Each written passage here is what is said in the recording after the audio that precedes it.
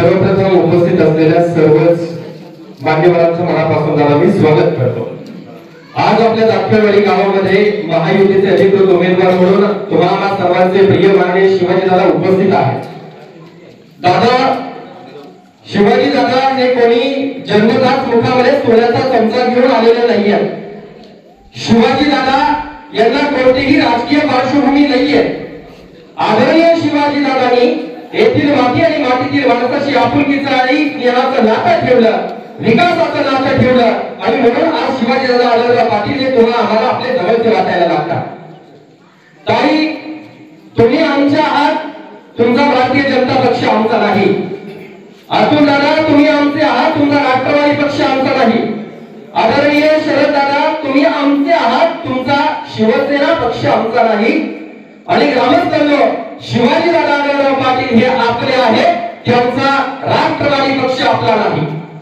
कारण महायुतीच्या या निवडणुकीच्या निमित्ताने, लोकसभेच्या निवडणुकीच्या निमित्ताने हे सर्व एकत्रित आलेले आहेत। काही स्पष्टपणे बोलण्याची मला सवय आहे। विधानसभेला काय होईल, तुमच्या तिघांमध्ये लढत होईल हे काही सांगता येत नाही वाणी साहेब, ही वस्तुस्थिती आहे।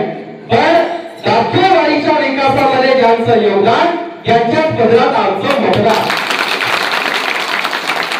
आणि कोणी आपल्या गावच्या विकासामध्ये महत्त्वाचं योगदान दिलं हे तुम्हाला काही सांगण्याची विकासनाला आवश्यकता नाहीये। मगाशी बोलत असताना माननीय प्रदीप नानांचं एकच वाक्य आलं की दाखवेवाडी ते तांब्या हा एक रखडलेला रस्ता आहे। दादा मला जाणीव आहे, एक युवा सहकार्य वाणी साहेबांसोबत पत्रकारिता क्षेत्रामध्ये 2016 पासून कार्यरत आहे। खासदारांचं काम हे विमानतळाचं आहे, रेल्वेचं आहे, महामार्गाचं आहे, आंतरराष्ट्रीय पातळीवरती होणाऱ्या घडामोडींचं आहे, व्यवहारांचं, राजकारणाचं आहे। स्थानिक पातळीवरती या छोट्या मोठ्या गोष्टींकडे लक्ष घालणे हे खासदारांचं काम नाही। परंतु दादा तुम्ही लोकसभेमध्ये या शिरूर लोकसभा मतदारसंघाचं 3 वेळा लोकप्रतिनिधित्व करत असताना देखील दाखवेवाडी गावावरती जे तुम्ही प्रेम दाखवलं ते दाखवेवाडीकडे ग्रामस्थ कदापि विसरू शकणार नाही। आणि दादा कोणापुढे लचरगिरी करून क्षमस्व कोणाचं स्पष्टोक्तपणा आहे। अतुल दादा या ठिकाणी उपस्थित आहेत। वल्लभशेठ बेनके साहेब जेव्हा आमदार होते तेव्हा सुद्धा माझा असाच खुलिया होता, हाफ चड्डीवरती होतो। पण सांगण्याचा उद्देश एवढाच आहे, जो नेता दाखवेवाडीवरती प्रेम दाखवेल त्याच्यावरती दाखवेवाडीकर भर करून प्रेम केल्याशिवाय राहणार नाही।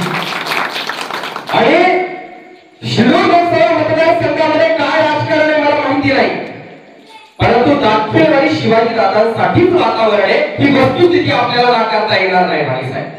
मी अधिक काय बोलणार नाही, प्रचार दौऱ्याच्या निमित्ताने पुढे जायचे आज रामनवमी आहे। मी आपल्या सर्वांचा जास्त वेळ घेत नाही। राहुल दादा देखील लोकनेते सरपंच या तात्याने काम करत असताना कोणतेही काम असेल दादांपर्यंत गेले की दुसऱ्या क्षणाची वाट पाहायला लागत नाही। शरदाला ही वस्तुस्थिती आहे। गावातली कोणती कामं चुटकीसरशी करण्याची भूमिका माननीय शिवाजी दादांनी घेतलेली आहे। म्हणून दादा शिरूर लोकसभा मतदारसंघात इतर काय चालू माहिती नाही, परंतु तुम्हाला विजय करण्याच्या दृष्टिकोनातून आम्ही दाखवेवाडीकडे प्रामुख्याने भूमिका घेऊ। आणि शेवटची एक गोष्ट सांगतोय, विठ्ठल बाबा वासुदेव दाखवे इथे बसलेले दादा, संपूर्ण महाराष्ट्रामध्ये सर्वात जास्त कोणती व्हायरल क्लिप झालेली असेल तर आमच्या विठ्ठल बाबाचे। दादा बाबा हातवरती करा।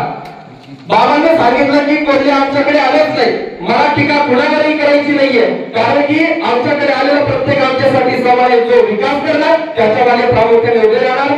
आयोजकांनी या ठिकाणी बोलण्याची संधी दिली, आपल्या सर्वांचं मी आभार व्यक्त करतो।